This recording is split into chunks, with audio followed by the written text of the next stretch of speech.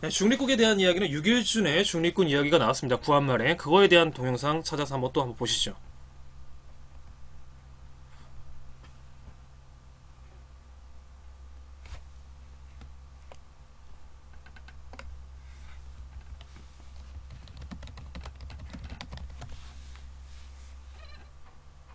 없나?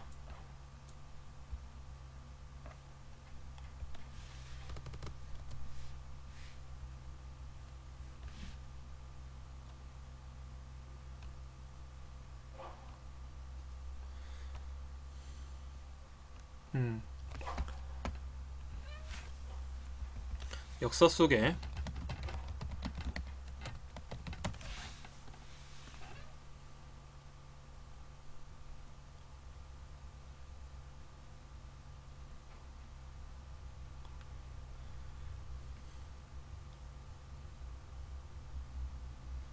(2005년 4월 20일자) 주간경향 한겨레 거 2004년 5월 24일 한겨레 신문을 통해서 한번 보겠습니다. 중립 대신 능동적 동북아 평화 중추로 이렇게 제목이 있는데 이거 먼저 읽어보도록 하겠습니다. 영상이 따로 없어서 신문 기사로 대체하겠습니다.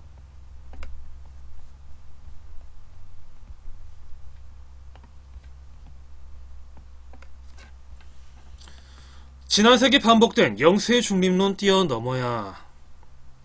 영세 중립의 낡은 개념 대신 동북아 평화 중추가 목표로 제시돼야 한다. 이게 2004년도 기사입니다. 19세기 말 이후 국제사회의 한국의 위상은 식민지이거나 냉전 반공 국가였다. 그 반작용으로 지난 100여 년 동안 대안적 목표로서 가장 많이 거론된 한국의 외교적 위상은 영세 중립국이었다. 대륙 세력과 해양 세력, 소련을 축으로 한 공산국과 미국을 축으로 한 자본주의권 사이에서 민족과 나라의 생존을 지켜내자면 영세 중립이 현실적 선택이라는 인식이다. 역사에서 영세 중립 발언이 처음 제기된 것은 1885년 조선 최초의 미국 유학생 6.1준과 주한 독일 부영사 부돌라가 척일전쟁과 러시아의 남하를 견제하기에 제기했다. 당시 고종 등 많은 이들이 미국을 천하의 가장 공평한 나라로 보고 의존을 할 때 6.1준은 중립론을 통해 미국의 통상 이상의 기대는 하지 말아야 한다고 주장했다. 영세 중립화론은 4.19 직후 민족일보 등 혁신계를 중심으로 다시 힘을 넣는다. 이는 당시의 주류였던 북친, 반공통일론을 넘어선 평화통일론, 중립화통일론으로 나아가며 정치의 핵심 쟁점으로 떠오르게 됐다. 이후에도 장주나 문익환 등 민족주의 진영은 통일 이후 국가상으로 영세 중립화 통일론을 제기했다. 그런 점에서 노무현 정부가 출범과 함께 평화 번영 정책 및 동북아 평화 허브 구상을 제기한 것은 21세기를 내다본 한국의 위상에 대한 새로운 목표 제시를 할 수 있다. 이는 탈냉전과 한국의 국력 신장, 김대중 정부 이래 남북관계 개선 등을 배경으로 중요한 정책 변화를 예고하고 있는 것이다. 원로 역사학자인 강만길 상지대 총장은 영세국의 중립화 방안은 제국주의 시대의 사물로 21세기에 이것만으로 독립을 유지하고 통일을 이룰 수 있다고 말하기 어렵다고 지적했다. 동아시아 평화 중추라는 자기 규정 아래 동아시아 평화 공동체 건설에 주체적으로 나설 때 평화 통일이 가능하다는 적극적인 사고가 필요하다는 것이다. 이런 이야기가 2004년도에 나왔는데 2016년에 지금 한반도는 어쩐지 모르겠습니다.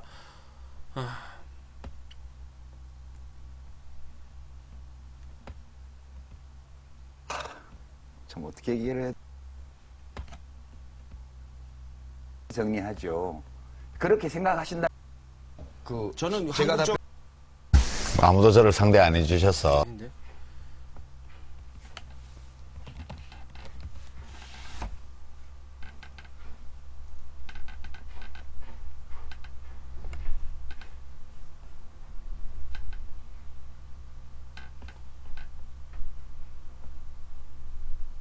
성주에 올려 펴진 노무현 대통령의 전작회수권 명예훼손 장면 잠깐 한번 보겠습니다. 여기에서 우리 국민들한테 안보 강연을 한 20분 정도 정확한 시간 안 정했습니다. 군대들 지금까지 뭐 했노 이게요. 나도 군대 갔다 왔고 예비군 훈련까지 다 받았는데 심심하면 사람한테 세금 내라 하고 불러다가 뺑뺑이 돌리고 훈련시키고 했는데 그 위에 사람들은 뭐 했어? 작전 통제권 자기들 나라 자기 군대 작전 통제도 한 게 제대로 할 수 없는 군대를 만들어 놔놓고 나 국방장관이요 나 참모총장이요 그렇게 별들 달고 그스럭거리고 말았다는 얘기입니까? 그래서 작동권 회수하면 안 된다고 줄줄이 모여가가지고 성명 내고 자기들이 직무유기 아닙니까?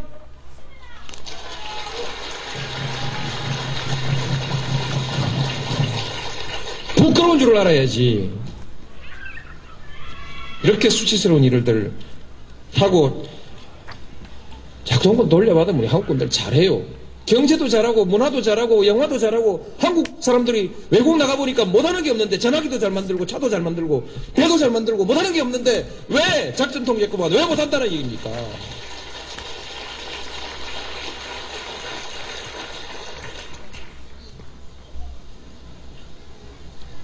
실제로요. 남북 간에도 외교가 있고 한국과 중국 사이에도 외교가 있는데 북한의 유사시라는 건 뭐 있을 수도 없지만 전쟁도 유사시도 있을 수가 없지만 그러나 전쟁과 유사시를 항상 우리는 전제하고 준비하고 있는데 중국도 그렇게 준비하지 않겠습니까?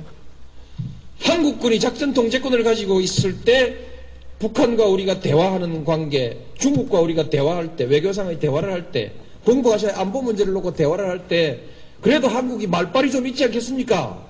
작전 통제권도 없는 사람이 민간 시설에 폭격을 할 건지 안 할 건지 그것도 마음대로 결정 못하고 어느 시설에 폭격할 건지 그것도 지 마음대로 결정 못하는 나라가 그 판에 가가지고 중국한테 무슨 할 말이 있습니까?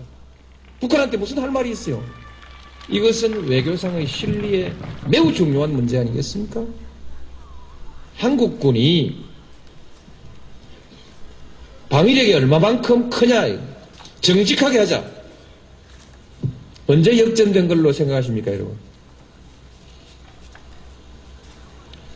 대개 70년대 후반, 80년대 초반 때 실질적으로 역전된 것으로 보지 않습니까?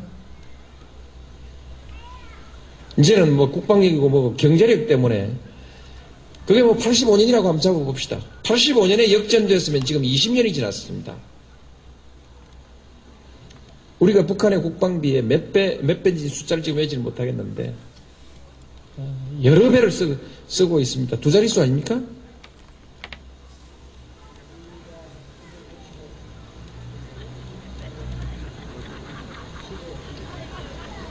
열 배도 훨씬 넘네요. 10배도 훨씬 넘는데 이게 한 해 두 해도 아니고 근 20년간 이런 그 차이가 있는 국방비를 쓰고 있는데 그래도 지금까지 한국의 국방력이 북한보다 약하다면 70년대는 어떻게 견디어왔으며 그 많은 돈을 우리 군인들이 다 떡 사먹었느냐 이게. 옛날에 국방장관들 나와가지고 떠들어 샀는데 그 사람들한테 직무유기한 거 아니에요. 그 많은 돈을 쓰고도 아직까지 북한보다 약하다면 직무유기한 거죠.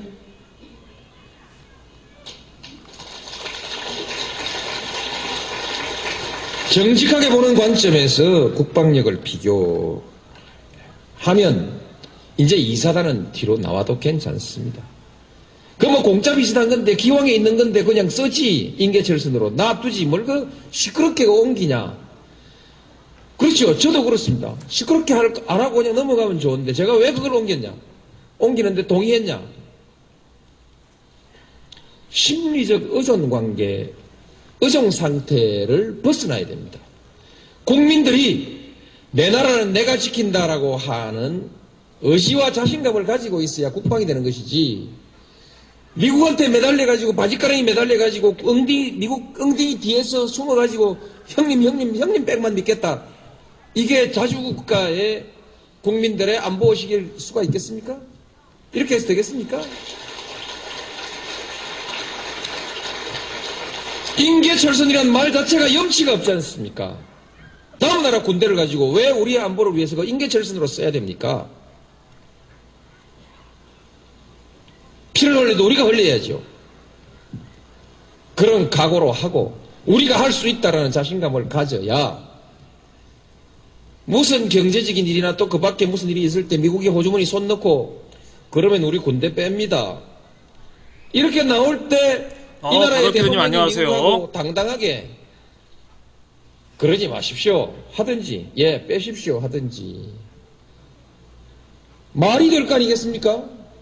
난 나가요 하면 다 까무러치는 판인데 대통령 혼자서 어떻게 미국하고 대등한 외교를 할 수 있겠습니까?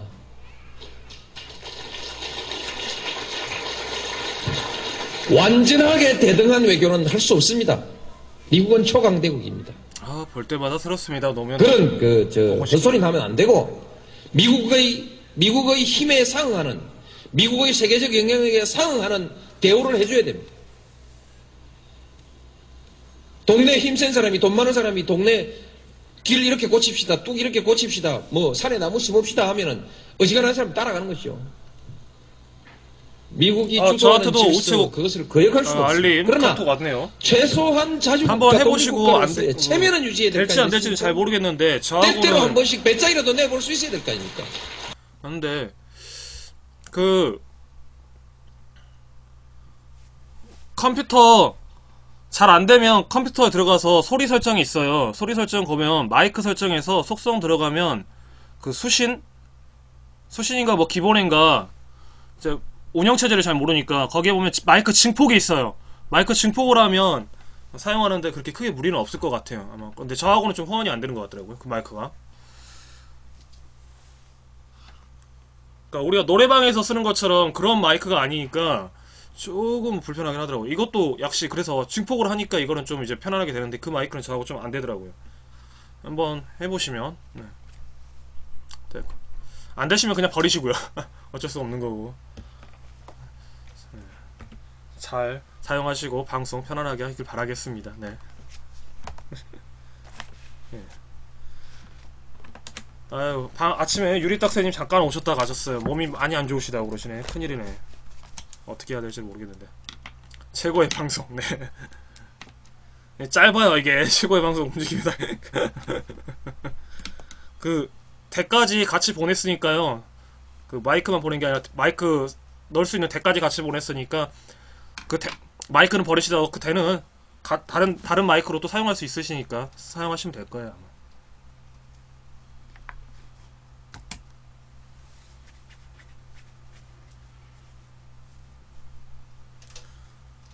만약에 안 되시면 이 마이크 지금 제가 사고 있는 거 있잖아요. 인터파크에서 10,000원 정도밖에 안 해요. 실제로 뭐 비용 배송비까지 해도 13,000원, 15,000원이면 살 수 있으니까.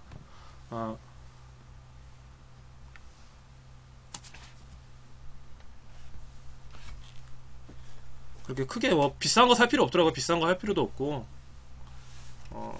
뭐 편안하게 방송하려고 하면 어떻게든 하니까. 근데 그거는 사시는 게 좋을 것 같아요. 저는 이제 캠코더 뭐 이렇게 하나 산 거 있는데 이거는 좋더라고요. 컴퓨터 캠으로 하면은 좀 화면이 직접적으로 보이니까 좀 부담스럽긴 한데 예. 그건 좋더라고요. 멀티캠은 아니 휴대폰 촬영을 해도 되고 휴대폰 촬영인데 굳이 마이크 필요 없잖아요. 휴대폰 촬영.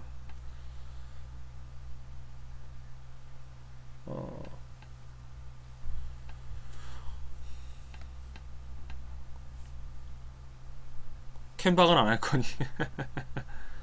휴대폰으로 아니 컴퓨터에 있는 캠으로 사용해도 되는데 컴퓨터 캠은 좀 화질이 안 좋긴 하더라고요. 오늘 이제 했던 뉴스를 잠깐 정리를 해보면 아이고 굳이 오늘 해보면 오늘 아침에 갑자기 이제 KBS 뉴스에서 이게 떴어요. 북한 어선이 NLL을 통과해서 왔는데 우리 해군과 해경이 감시를 못했다. 어선이 또 신고를 했다. 어선에 있던 어민이 이런 말을 합니다. 만약 이들이 우리가 조금만 늦게 신고했다면 만약 이들이 간첩이었다면 육지로 들어왔을 것이다 라는 식의 발언을 했는데요. 대북 감시망이 허술하다 이런 이야기인 거죠. 따지고 보면 대북 감시망이 허술하다 이런 이야기인 건데 참 재밌는 게 지금 사드 정국이잖아요. 그리고 1월에도 근데 이 뉴스를 보도한 최초 보도가 지금 KBS란 말이에요. 참 재밌어요. 그러니까 이제 오후가 되면 아마 이 뉴스 받아쓰기를 다른 언론에서도 할 것 같은데 예. 그래서 참 무슨 꿍꿍인 건지는 잘 모르겠어요. KBS가 정부를 비판하는 경우가 거의 없는데 지금 정부 비판에 시동을 걸었다 라고 지금 평가가 되는데 왜 그럴까? MBC에서 갑자기 출처 모르는 무엇인가를 내놔서 내부 폭로가 이어지고 있고 KBS에서 정부 비판 기사를 지금 하나 썼고 지금 한참 사드 정국 때문에 예민한데 특히 그것도 국방부를 겨냥해서 기사가 나갔다 라는 것은 또 어떤 의미가 있는지 곧 MBN이나 연합뉴스에서도 KBS와 같은 뉴스를 실을 걸로 예상은 되는데, 이건 다분히 좀 정치적인 거 아닌가, 이런 생각이 듭니다, 지금. 그들 내부끼리 지금 내부에 뭐가 있다. 그리고, 이와 관련되어서 이제 또 같이 우리가 생각한 게 조선일보, SC 주필, 예, SC 주필, 지금 이제 사실상 사직한 걸로 이제 마무리가 돼가고 있는 건데, 이것도 역시. 그러니까 지금 제가 말씀드린 대로 내부 폭로가 잇따르고 있어요. 내부 폭로가 있고 내부 견제가 지금 있다. 그들 내부의 보수에서 내부 경쟁이 지금 치열하게 이루어지고 있다. 우리가 보이지 않아서 그렇지. 그리고 서로 지금 폭로를 하고 있는 거고, 서로 지금 정보를 비판하면서 반박근혜 정치 아니면 친박근혜 정치로 지금 나가고 있다. 그 와중에서 띄우고 있는 인물이 하나가 있는데, 지금 더불어민주당 추미애를 띄우고 있다. 왜 그럴까? 이상한 역학, 정치공학적인 이상한 역학관계가 저는 솔직히 지금 재밌습니다. 추미애를 어떻게, 추미애 어제 세월호 감성정치부터 해서 이런 생각이 들더라고요.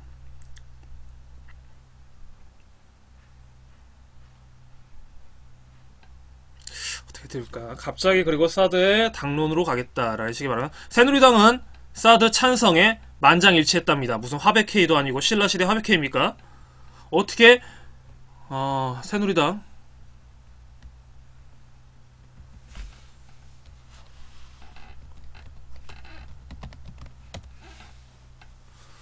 새누리 사드 찬성 당론 만장일치, 국민일보에 나왔고요. 네, 어떻게 봐야 될지 모르겠습니다. 전형적인, 반대하는 사람이 왜 없을까?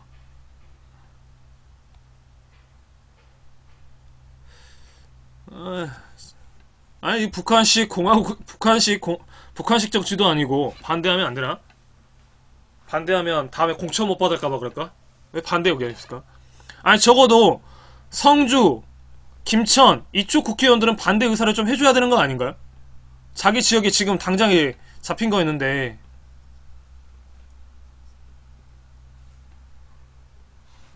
그러니까 국민들 앞에서는 이런 이야기야, A라는 이야기하고, 막상 이제 그 당사에 들어가서는 또 B라는 얘기를 하고, 그때 상황에 따라 예전 개그가 생각납니다. 그때 달라요. 이런 개그가 생각나는, 그런 것 같습니다. 울며 겨자 먹기가 어디 있어요? 울며 겨자 먹기가, 그렇죠. 본심은 그거죠. 공천 탈락될까봐 내가 여기서 반대하면 내 신상에 어떤 변화가 생기지 않을까라는 얘기죠. 뭔가 책이 잡혔을 수도 있고요. 그러니까 그런 식의 울며 겨자 먹기는 있겠지만, 글쎄요, 모르겠습니다. 이들이 정말 안보를 위해서 그런 것인지, 국민의 안보를 위해서 그런 것인지, 아니면 다른 꿍꿍이가 있는 거지. 대구에서 사드 토론회가 열렸습니다.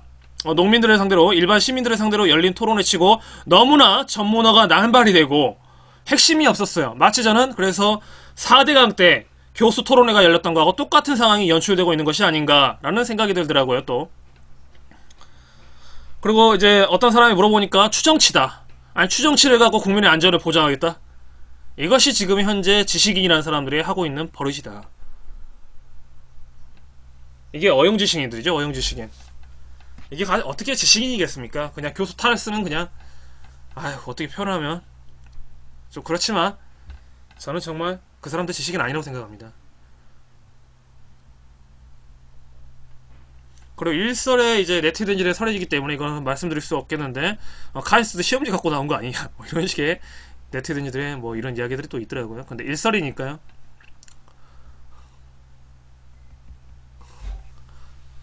사드 토론회 어떻게 보는지. 사드 토론회 봐봐. 사드 당론으로 만장일치했는데 이철우 이 사람이 뭐라고 한 거야? 이철우가 사드 안전하지 않으면 배치 반대하겠다. A라는 이야기고 B라는 이야기. 아니, 거기 가서는 찬성한다, 당론에 손을 들었을 거지만 여기서는 안전하지 않으면 배치 반대하겠다? 이게 뭔 말이야?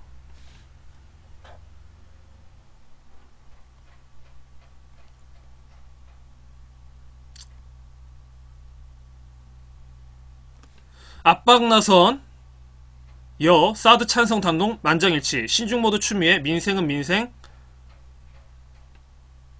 그렇죠. 신중 모드 추미애. 민생은 민생. 사드는 사드. 이제 민생은 민생이고 사드는 사드다. 제가 말씀드렸죠. 이 사람 확실하게 사드 떠난다고. 중립으로 간다는 소리는, 중립으로 간다는 사람은 안 한다는 소리잖아요. 바로 하루 만에 하루 만에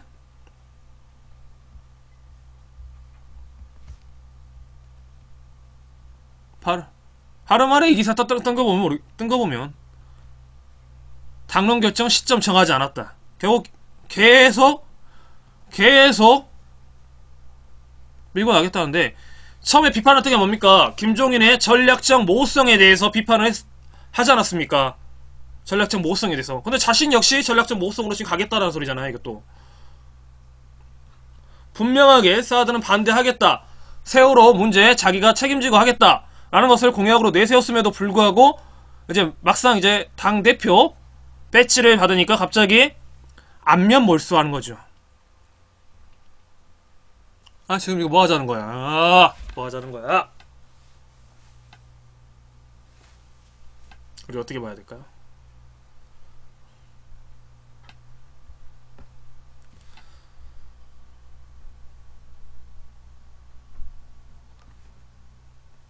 섣불리 사드 문제를 공론화해 안보 전국으로 휘말려 들어간 것을 막고 민생을 강조하겠다는 포석.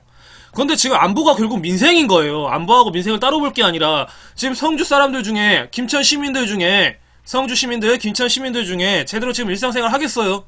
세월호 식구들, 세월호 유가족들 지금 제대로 민생 삶을 살고 있어요?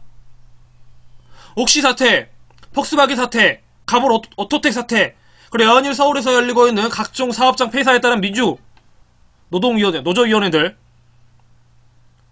지금 일상적인 삶을 살고 있는 사람들이 거의 없어요. 민생을 안정시키겠다는 것은 결국 이러한 연결고리가 있던 이걸 통찰적으로 보고 하나라도 사건을 해결하면서 그 연계성을 만들어내야 되는데, 아무것도 하지 않으면서 민생을 안정시키겠다? 뭐 콩나물값 낮추고 고춧값 낮추면 민생 안정되는 겁니까? 뭐 그것만이라도 하든지요. 추석인데요. 이제 곧 있으면 추석인데 추석 물값 안정된 거 하나도 없어요. 지금 민생에서. 라면값이 지금 얼마인 줄 아세요? 라면값 하나에. 추석 물가 한번 보겠습니다. 근데 이게 추석 물가 뭐 추석 물가 우리가 항상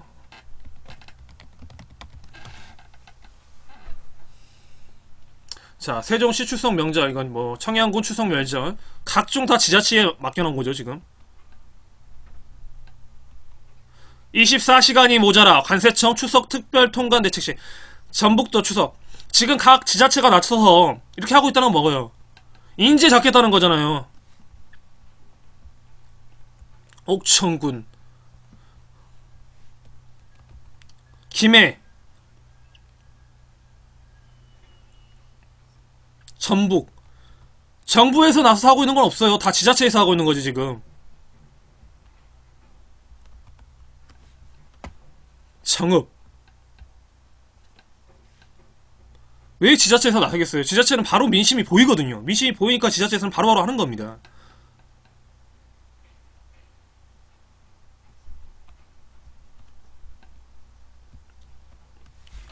안 하면 다음 지방선거에서 어떻게 되겠어요? 바로 이야기가 나오지. 그런데 그렇죠. 늘 등떠미기고. 정말 답답합니다. 뭘 위해서. 그러니까 정치인이 정책을 내세운 데는 구체성이 띄어야 되거든요. 근데 대부분은 구체성을 띄려고 하잖아요. 왜? 구체성을 띄워버리면 이것에 대해서 확실하게 책임을 져야 되거든. 말장난을 할 수가 없거든요. 그런데 항상 정치인은 여지를 남겨놔요. 일종의 말장난이죠. 이 말장난을 남기면서 다음에 여지를 마련하고 그 여지를 파고드는, 이런 식으로 계속 둥글게 네가 싸이야! 아이고,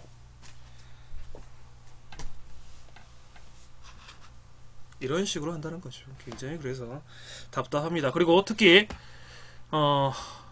대북 광심항 허술되었다는 거 처음 제가 뉴스 드렸던 거 다시 한번 제가 강조를 드리는데, 아니 우리나라는 군인이 있고 해경이 있는데 모든 북한 그 탈북민들은 왜 항상 어민들이 모르게 되는 걸까요? 어민들이 모든이라 하면 또 이상하죠. 논리가 일부 오브댐 그들 중에 하나 또 모든이라고 하면 어떻게 또 우리의 그 행정기관 그 기관을 국가 기관을 폄훼할 수 있냐 이런 식의 또 발언이 있을 수 있기 때문에 네, 열심히 하시는 분이 있습니다. 그들 중 일부분 아주 많은 일부분들이 못 잡는 이유는 뭘까요? 눈치채지 못하는 이유는 뭘까요? 그들 중 많은 일부가 못 보고 있기 때문에 왜 우리 국민 중 일부 아주 조그마한 일부가 그들을 알고 신고를 하는 걸까요?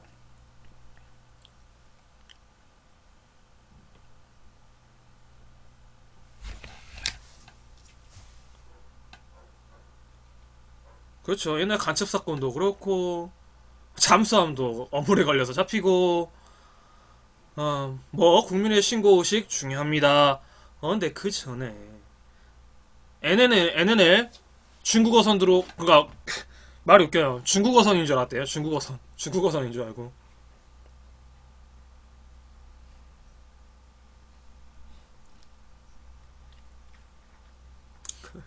아니 그럼 중국어선인 줄 알았으면 중국어선은 안 잡아야 되나? 중국어선 우리 육지까지 들어와도 되나? 참.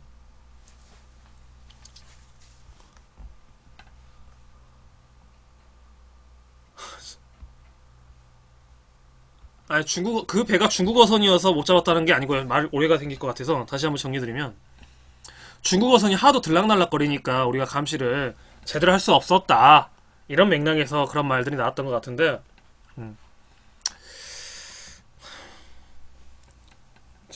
그러니까 또 그거죠. 항상 하는 게 예산의 부족과 인력의 부족을 이제 이야기할 수밖에 없는데 그거 항상 그 고질병인 거죠. 고질병인데 아니 그러면 고고도 미사일 설치할 돈이 10조라면서요. 그 10조로 그러면 예산을 늘리든지 예산을 늘려서 인력을 확보하든지.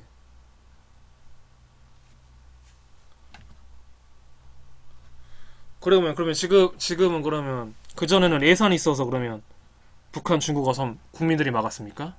연평도 국민들이? 할 의지가 없는 건 아니었을까요? 할 의지가? 진짜 일선에서 말도 안 되는 뛰게 하고 윗선들은 정치 노름하고 그거 아니었을까요?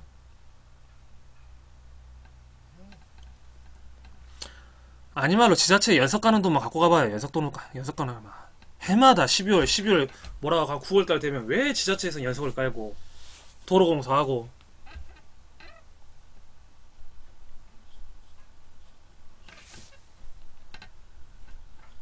보도블럭 그다음에 보도블럭 또 보도블럭 공사합니다. 또 해남도 마찬가지예요. 진짜 이놈의 보도블럭 뜯었다가 넣었다가 아니 그놈의 보도블럭 사업은 도대체 얼마나 마진이 났길래 맨날 보도블럭을 깔아 그렇게 누가 아니 거기 민원신고에 이렇게 안 하나? 저 걸어다니기 불편하니까 보도블럭 좀 깔아주세요 이러나?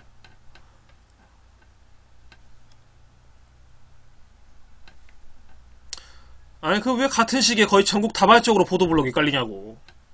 전국 다발적으로 예산을 안 쓰면 다음에 그만큼의 예산 책정을 못 받잖아요. 그러니까 무조건 한 해에 그 예산을 다 써야 돼요. 그런데 쓸 명목이 없으니까 가장 만만한 게 도로블럭 까는 거거든요. 사실상 진짜 필요해 해서 도로블럭을 까는 것과 수리를 위한 것과 아니면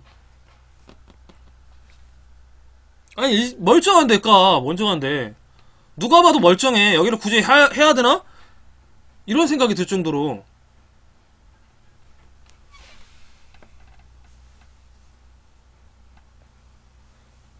똑같은 돈이 있으면 이거 다른 데 쓰면 좋겠다 생각되는 게 있는데 왜 굳이 보도블록을 깔지? 이런 생각이 든다니까요.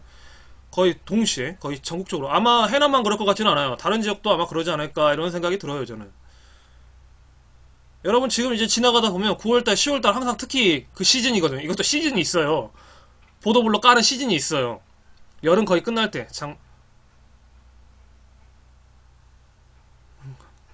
그 시즌. 그러니까 전국적으로 예산을 써야 되거든. 예산 감사철이 한 11월달쯤에 있어요. 예산 감사철이. 그러니까 그 전에 이제 나머지 돈을 상반기 때부터 했던 나머지 돈을 다 까야 되거든.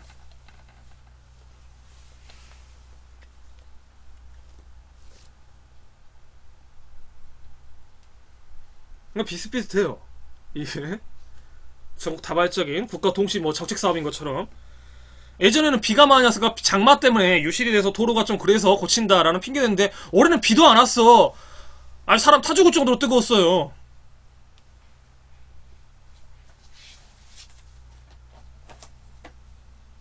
전국적으로 비 온 게 얼마나 됐어요. 장마도 장마 같지 않게 끝나버렸고 이제 가을 됐는데.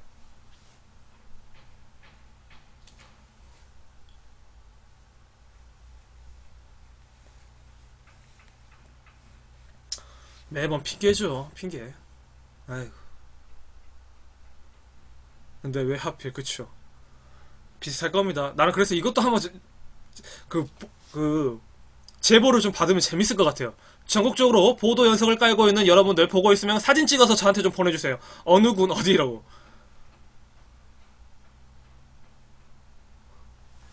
그러니까 진짜 필요해서 깔아야 될 때는 있어요. 진짜 필요해서 깔아야 될 때는 있는데 이건 아니다. 여기는 왜 깔을지? 하고 의심이 되는데 우리가 그것만은 좀 구별을 해서 봐야 되니까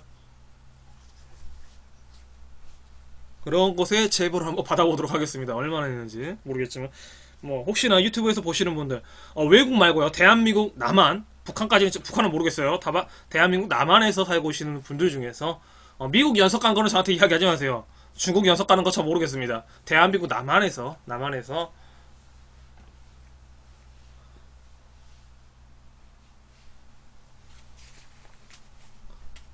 사우스 코리아에서 연석을 깔고 있다, 보도블록을 깔고 있다 하면 저한테 좀 제보를 좀 주시길 바라겠습니다. 진짜 여기가 필요해서 그런 건지.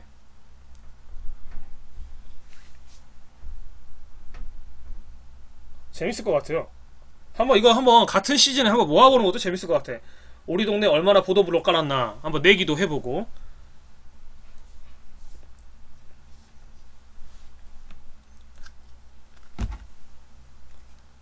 아마 지방일수록 더 많이 하지 않을까. 국민의 감시가 좀 소홀한 데일수록 더 많이 하지 않을까, 이런 생각이 들어요, 저는. 외국 도로공사 사진 제보 와버리면 일단 쎄 깔 겁니다. 영어로 썼을 거 아니에요. 그럼 외국 공사하는 건 난 상관은 하지 않아요. 외국 하든지 말든지 하든지 말든지. 그런데 한국에서 그 보도블록 공사 왜 하는지 이유가 알아야 할 거 아니에요. 예전에 그건 있었어요. 장애인들의 휠체어를 타시는 분들이 많으니까 이제 올라다니기가 힘드니까 그 공사를 하기 위해서 보도블록을 새로 한다. 뭐 이거는 취지는 좋잖아요. 이런 취지는 우리가 이해가 되잖아요. 설득이 되잖아요. 이동권을 보장하기 위해서 해주는 거니까, 그들의 이동권을 보장하고, 비장애인 입장에서도 충분히 그것은 이해를 해야 되는 부분이고, 우리 비장애인한 건 결국 장애인이 될 수 있다는 염려를 갖고 있는 사람들이 비장애인인 거잖아요. 충분히 약자에 대한 배려니까 그런 거는 이해가 되는데, 그게 아닌 정말 멀쩡한 보도야. 할 필요가 없어요. 근데 느닷없이 뜯어내고 있는 거예요. 새 보도블록을 깔아요.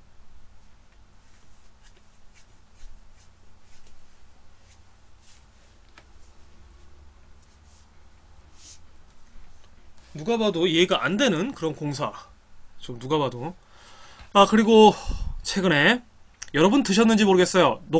녹조라떼라고, 녹조라떼 들어보셨는지 모르겠습니다. 녹조라떼. 아주 선명한 녹조라떼 여러분께 시원하게 보여드리겠습니다. 녹조라떼 큰빛 이끼벌레까지 건더기로 제가 드리도록 하겠습니다. 녹조라떼.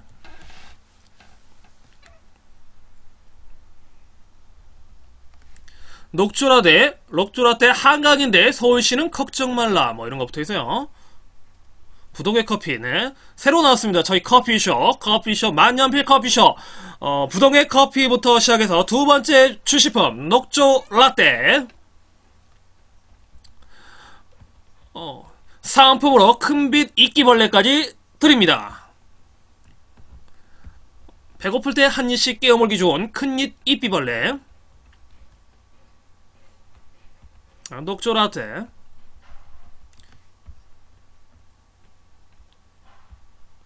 진짜 아주 각마다 아주 천지네, 천지. 와.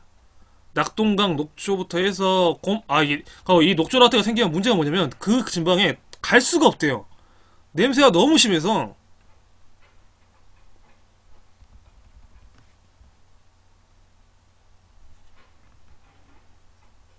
8월 15일 JTBC 뉴스입니다.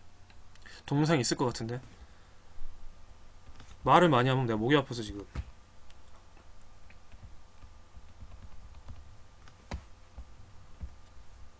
네, 전국 대부분의 강과 호수는 이미 녹조라떼 수준을 넘어섰습니다. 식수원까지 위협받는 상황인데요. 폭염이 그 규모를 키우기도 했지만 네, 설마 지역에서 녹조라떼가 유속이 섞은 성격히 느려진 탓이 큽니다. 아우 녹조라떼 넘었답니다. 녹색띠가 넓게 퍼진 금강 백제보 인근에서 수면 위로 입만 내놓고 있는 물고기들이 자주 눈에 띕니다. 녹조가 심해지면서 물속 산소량이 줄어들어 아 보기만 해도 들어가면 가려울 것 같아. 올라오고 있는 겁니다. 강변에서 조류 제거기를 돌리자 부유물들이 연신 달려나오고 악취가 진동합니다. 이미 5월부터 녹조가 나타난 낙동강 창녕 하만보도 이달 초 조류 경보가 다시 발령돼 2주째 사라질 기미가 보이지 않고 있습니다. 상주보와 낙단보, 죽산보에도 수질 예보 관심 단계가 발령됐습니다.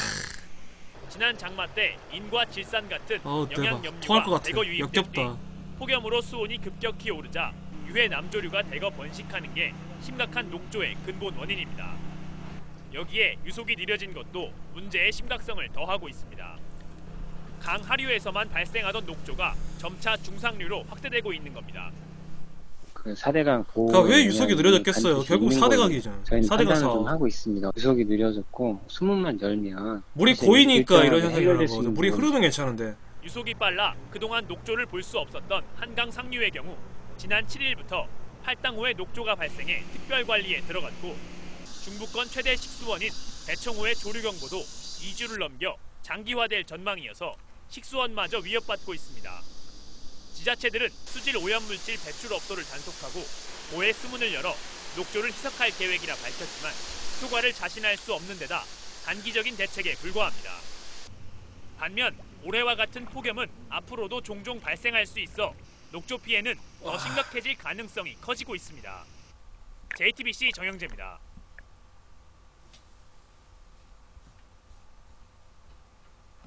근본적으로 4대강 사업이 잘못됐다라는 게 여기서 드러나는 건데, 나 속이 역겹다 진짜. 갑자기 저거 보니까 속이 안 좋아진다.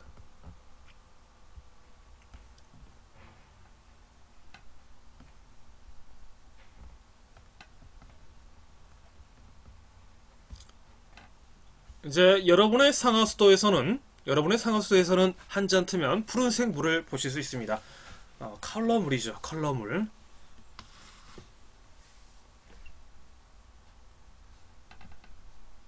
예전에는 녹물을 염려했지만 같은 녹물입니다. 녹자 들어갑니다. 녹조물을 의심하셔야 될 것 같습니다.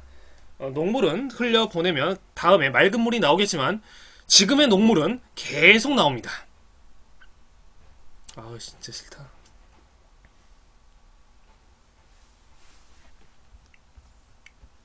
녹물이야. 상하수도 바꾸면 되는 거니까. 그 상하수도 그게 오래되면 거기서 나오는 게 녹물인데, 녹슨 물, 새가 이제 파이프가 오래되니까 나오는 게 녹슨 물인데, 이 녹조라떼 어떻게 할 거야? 녹조라떼.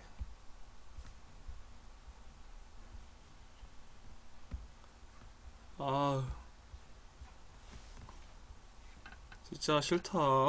싫다. 진짜 싫다. 이명박 4대왕.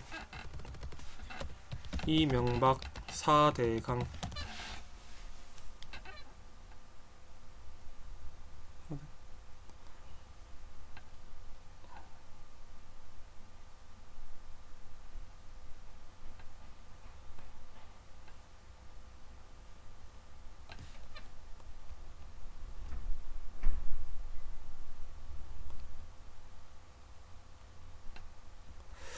네, 이런 영상이네요. 조경규 환경부 장관 내정자 청문회 이명박 4대강 수질 악화에 대한 입장은 해서 나오는데 보겠습니다. 심각을 넘어서 이제는 이거는 거의 우리 생존의 문제가 돼버린 거예요. 지금 4대강 이것 때문에. 됐고. 예, 후보자님 수고 많으십니다. 이제 사실관계 하나 확인하고 가겠습니다. 2013년 4월부터 2014년 1월까지는 사회조정실장을 맡으셨죠. 예.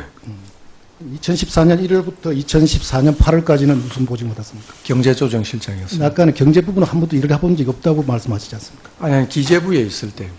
일단 총리실. 국무조정에서 경제 분야 일을 하셨죠. 예. 알겠습니다. 기재부에 있을 때 27년 중에 없다. 예, 알겠습니다. 예. 지금 환경부의 지금 부서 비전에 보면은 국민 행복을 완성하는 고품위 환경복지 이렇게 나와 있죠. 예. 이번에 처음 보셨죠. 근데 국민 행복을 이루려면은 일단 우리 경제, 사회, 환경 세 부분이 상당히 조화롭게 일단 발전해야만 이루어진다는 부분에 대해 동의를 하시죠. 예. 지금 우리가 경제를 수준을 지금 100으로 봤을 때 지금 현재 환경 수준은 어느 정도로 지금 평가를 하십니까, 우리나라? 그러니까 그 수준이라는 게 어떤 그냥 국민들이 그냥 본인이 판단하실 때. 제가 그거를 절대 숫자로는 말씀드리기 곤란하겠습니다만은 상대적으로 조금 비교를 해보면 우리나라 경제 규모나 국가 그 해외 위상에 비해서 환경과 관련된 그 지표는 한 반 정도인 걸로 50. 예. 예, 알겠습니다. 예. 아까도 여러 번 질문이 있었고 확인도 하셨지만 일단 경제 분야와 환경 분야에서 그것이 환경이 경제의 한 부분이거나 환경이 경제에 종속돼서는 안 된다는 입장을 확인하셨고 그렇게 해서 환경 정책이 경제 정책의 한 부분이 되거나 종속돼서는 안 된다는 입장을 분명히 확인하신 겁니다. 예. 예, 알겠습니다. 정부 합동 기후변화 타스크포스 팀장 맡으셨죠? TF, 예. 타스크포스, 예. 언제부터 언제까지 맡으셨죠? 그게 처음 저희가 2014년 4월에 생겨가지고 약 7개월 정도 운영을 했는데 그 이제 하도 그 관계부처 간 이견이 너무 치열해서 실무 조정안을 만들고 장관급 회의로 격상을 시켰습니다. 거기서 결국 타스크포스 팀장을 하셨으니까 거기서 나오는 모든 업무는 다 전적으로 업무는 알고 있습니다. 참모를 다 하셨고 공동작업반 구성하셨고 거기에 여러 기관이 참여를 하셨죠. 예. 근데 참여기관사의 온실가스 감축 목표, 특히 배출 전망에 대해서는 상당한 서로 간에 좀 다른 의견들이 나왔죠. 예. 그리고 환경부를 대표하는 온실가스 종합정보센터, 그다음 산업부의 에너지경제연구소도 서로 다른 의견을 냈죠. 예. 근데 결국은 산업부 쪽 의견이 많이 반영됐죠. 결론적으로는 환경부 쪽으로 75%로 갔습니다. 아, 그렇습니까? 예. 예. 근데 지금 아까 자료에 보니까 온실가스 배출 전망 분석 모형은 에너지경제연구원에서 개발한 장기 에너지 온실가스 전망 시스템. 예. 그걸 지금 활용해서 지금 바우 전망을 하셨죠. 예, 바우 전망. 예. 그리고 모형 자체를 왜 그 에너지 경제연구원 한쪽만 하셨는지 다른 복수 모형을 같이 해서 좀 객관적으로 타당한 수치 나왔을 텐데 왜 그쪽만 치중을 하셨는가요? 당초에 실무적으로 검토할 때는 우리 온실가스 센터나 또 온실가스 센터에서 다른 데랑 조인트해서 하던 그 모형까지도 다 고려를 했었습니다. 그런데 결과적으로 그 양쪽에서 한 게 숫자가 그렇게 크게 차이가 나지가 않아서 바우에 대한 이 바우라는 게 너무나 잘 아시겠지만 그 안에 넣는 그 변수들에 따라서 많이 바뀌지 않습니까? 그 변수를 그 팀에서 공통으로 정해주면 국제적으로도 가장 통용받는 모델을 사용하는 게 좋겠다라고 해서 모델만 그걸 빌린 거지. 근데 문제는 이제 그 전제 변수에 GDP 경제 성장률을 13년부터 20년 3.56%를 지금 현재 말 한마디에 적용시키지 않습니까? 뒤에 수정을 했습니다. 기자들이 너무 많이 보고 지금 있습니다. 현재 그 자료 보면 3.56% 지금 이제 적용한 걸로 지금 나오거든요. 처음에 3.56%는 앞이었고 뒷부분은 30년까지 3.18% 내려왔지만. 예, 내놓쳤습니다. 근데 지금 실질적으로 지금 2030년까지 3.18%가 달성 가능하다고 보십니까? 이제 앞으로 좀 낮아질 것 같습니다. 예. 그럼 결국 바우 수준 내려야 되겠죠, 그러면? 그러니까 그것 자체를 저희가 롤링 플랜으로 해놨기 때문에 2020년에 다시 보기로 했습니다. 예. 결국 지금 바우 대비 37% 감축 목표가 달성 가능하시다 봅니까? 상당히 지금 어렵다고 봅니다. 다만 그거 만들 때도 그러면 어렵지만은 그렇게 설정을 하지 않으면 이 국제적으로도 문제가 되고 우리 국내의 제조업이나 이런 산업 구조 바꾸는데 도움이 안 되겠다 해서 조금 그냥 그대로 설정을 했습니다. 사실 우리가 지금 파리 협정 이전에도 지금 2009년도에 지금 자체 자율적인 목표를 가지고 있었죠. 예. 거기 보면 2020년 기준에서 봐도 지금 30% 예. 절감 목표고 절대량은 5억 4,300만 톤까지 낮추도록 되어 있습니다. 예. 그 목표 달성 못하죠. 달성하려고 노력을. 아니, 지금 현재 이번에 지금 그 계획 잡으실 때 보면 2020년 배출 전망이 7억 8,200만 톤입니다. 예. 그럼 거기에 어떻게 지금 2억 톤 이상 차이 나는 걸 어떻게 그 달성하신다고 보는 겁니까?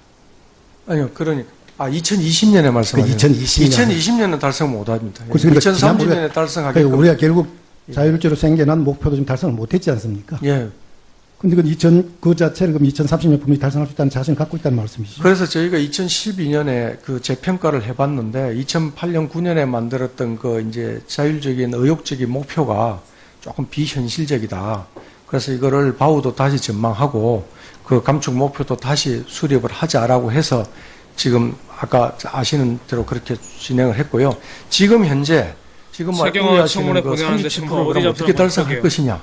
이거 네, 계속 이런 소리. 지금 국회 방송 하나만 틀어볼게요.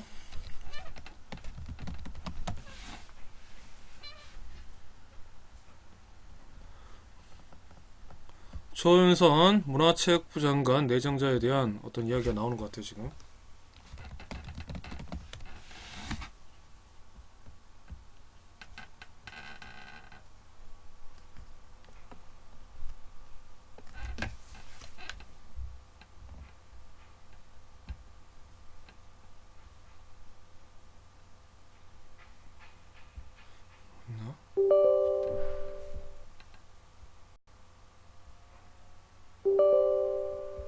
설치하라는 게 많아. tuntuntudu.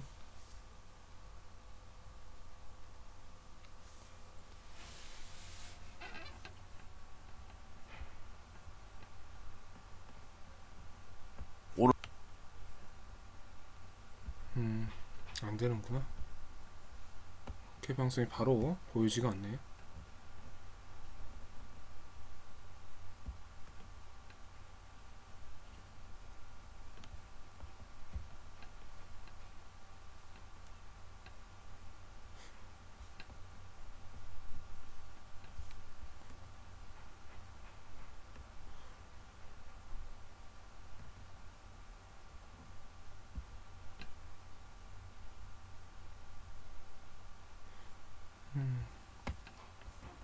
걔 라이브로 가야 되나? 인터넷 라이브?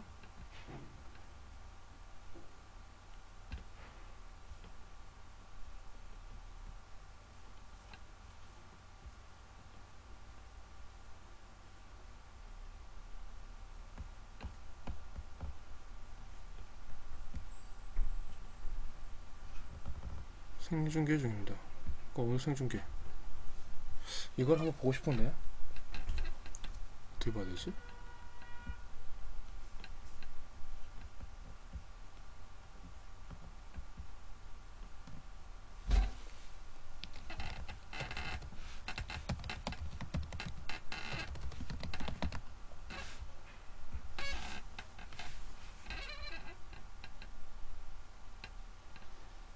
팟플레이에서 다음 팟플레이에서 라이브 방송은 팟플레이어 프로그램 설치되어 시작했습니다.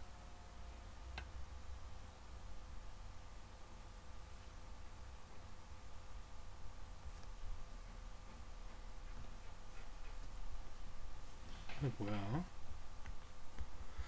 프로그램이 어렵네.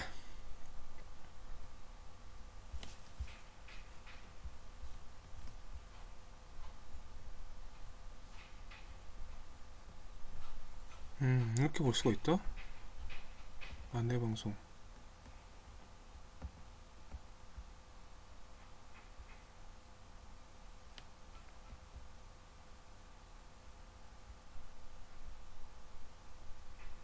시사.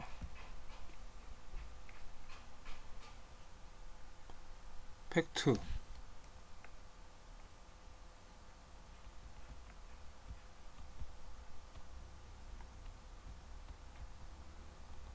아, 이거는 다음 팟플레이에서 하고 있는 거고.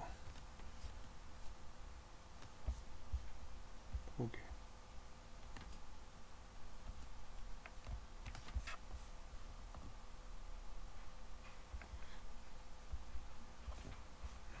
내가 찾는 게 아니야. 국회 방송.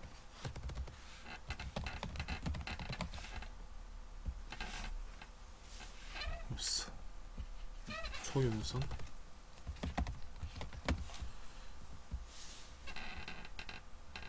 팩트TV인데 팩트TV는 지금 그대로 가져오면 안 되는 거잖아. 지금 하고 아프리카에서 지금 하고 있는 거기 때문에 그대로 가져오면 안 될 것 같고.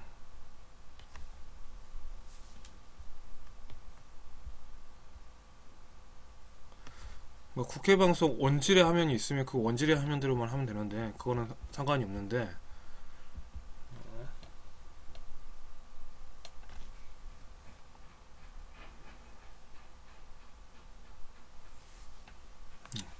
국회 방송.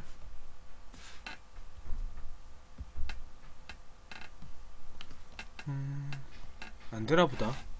안되나 보다. 안되나 봐.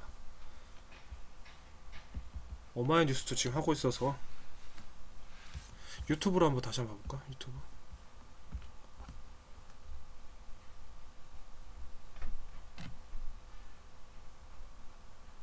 잠깐만, 뭐야? 박주민 의원 질의 너무 충격적인 사실이나 청문회 해야 할지? 이게 뭐지? 잠깐만요. 6월달에 음주운전으로 파면이 2명 됐고 해임이 13명, 강등이 11명, 정직이 13명입니다. 6월까지. 이분들이 그 당시에 파면을 당했을 때, 해임을 당했을 때, 강등을 당했을 때 혈중 알코올 농도가 어느 정도였었고 인적, 물적 피해가 어느 정도였느냐에 대해서 이거는 몇 명 안 됩니다. 제 질의 전까지 주셔야 되는 게 지금 경찰청장 후보자께서 그 당시에 음주 사고가 제법 큰 사고였는데 경찰로부터 어떤 징계를 받았는지에 대해서 밝히지 않고 있기 때문에 형평성차원에서라도 이 부분이 가장 최근에 세월호 관련 뭐 그런 줄 2016년도에 알았네. 파면당하고 내일 세월호 관련 이제 이유로 그거 있잖아. 파면- 경찰청에 또 뭔가 또 뭔가였네. 깜짝 놀래. 깜짝 놀래. 아, 비 오세요? 비 와요? 여기는 아무것도 안 오네 지금. 오케이. 홍준기.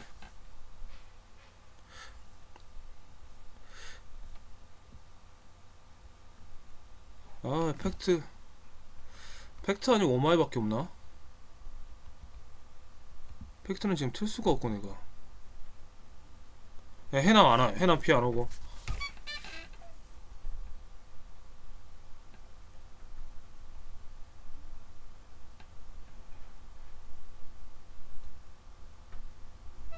아, 국회에 누가 가 있지 않는 한은 내가 틀어버리면 안 되니까.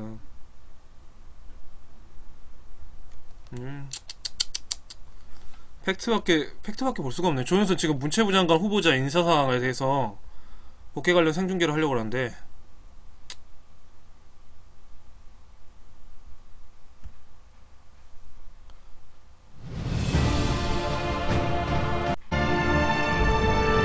국회 방송이라고 써요. 국회 방송에서 안 해주네. 시사타파에서 말하고 있어.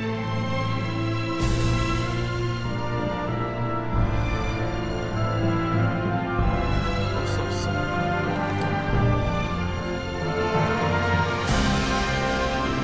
더불어민주당이 뭐 있을라나? 아우 시끄럽다.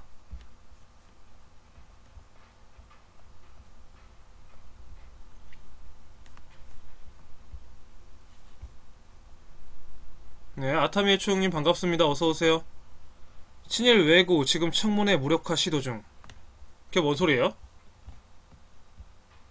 그러니까 지금 그래서 청문회 이야기 듣고 그 청문회 지금 좀 이제 보려고 하는데 팩트TV를 꺼서 내가 틀어줄 수가 없으니까. 조윤선 청문회 파행 새누리 불참으로 청문회 지연. 어우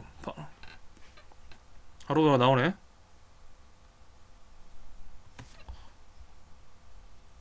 이게 49분 전 뉴스네. 지금 컨대 하고 있잖아. 지금 청문회 지금 하고 있는데 시간에 좀 지연됐나보네. 예, 조윤선 청문회. 그러니까 그거 그 영상을 지금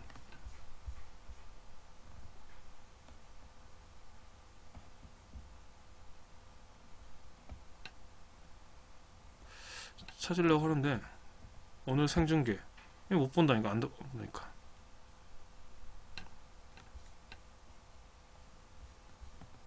아니, 국회 방송 인터넷에서 볼 수는 없나?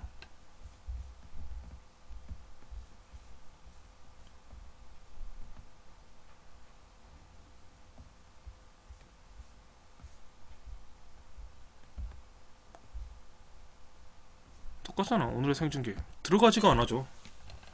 뭐 이런 씨. 아니 팩트TV 아니고는 볼 수가 없는 거야?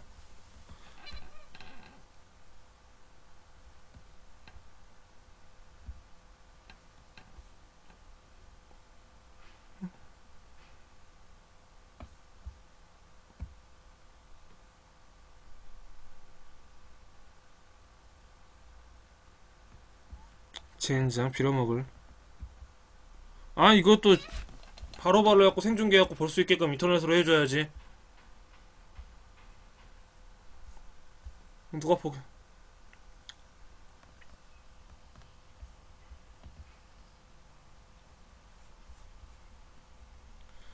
팩트가 지난 방송을 해갖고 내가 잠깐 쓰는 건 상관이 없는데 지금 하고 있잖아 방송을. 방송하고 있으니까 같이 해버리면 내가 중계방이 돼버리니까. 예. 그러니까 그거는 이제 상도덕에도 안 맞고 이걸로 하면 되나? 그러니까 이게 지금 아프리카를 지금 제가 같이 하고 있으니까 이게 안 되나 봐요 이게. 하이요 진실의 세다님 반갑습니다. 에이 그냥 우리는 뉴스로 봅시다. 신문 읽어드릴게 신문. 지금까지 알려진 그 청문회 소식에 의하면 조윤선 청문회 파행될 뻔했답니다. 예. 새누리 불참으로 청문회 지연됐다는데 49분 전 뉴스예요. 궁금한 팩트TV 봐. 지금 조윤선 청문회에 대해서 이야기를 하고 있는데요. 그쵸. 팩트TV 아프리카 가면 볼 수 있으니까 거기 가서 봐요. 아 궁금하긴 하다. 저 1시간 느린 뉴스. 네, 지금 완전 무력화. 그렇죠. 이거 그전에도 이런 일이 있었어요. 근데 최경환 때도 그랬잖아요. 똑같은 거야 지금. 정진석 인사청문회 성직자 뽑는 과정 아니다 뭐 하면서 15분 전에 민중의 소리에서 나온 이야기. 거기 조윤선 청문회를 두고 하는 말이겠죠. 4시간 전에 오마이뉴스에서 그 어떤 방에도 세월호 3차 청문회는 열린다 뭐 이런 이야기 나오고 있고요. 올드 뉴스 1시간 느린 뉴스 10시간 뒤떨어진 뉴스 평균보다 약간 부족한 뉴스입니다. 영상이 있으면 영상을 보여주고 싶은데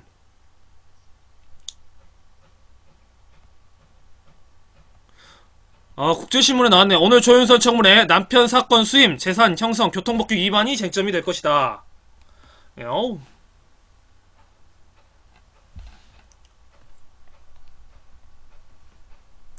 추경예산 단독 처리 항의 조윤선 청문회 난항.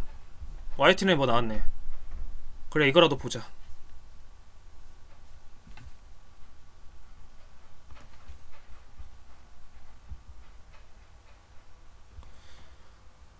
야 영상이 없잖아.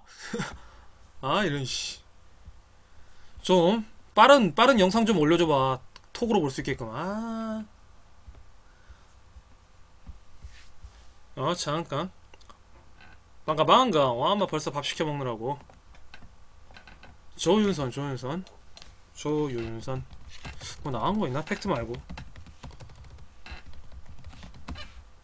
조윤선 청문회. 누가 찾는 사람 있나 보네. 키워드가 나온 거 보니까.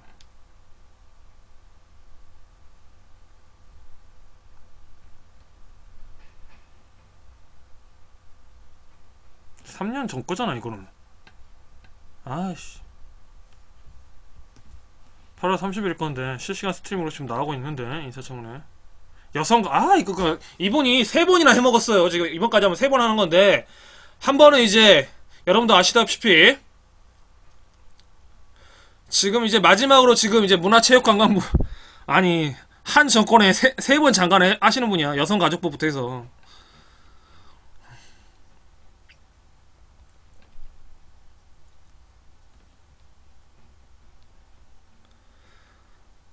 어찌해야 됩니까? 어찌합니까?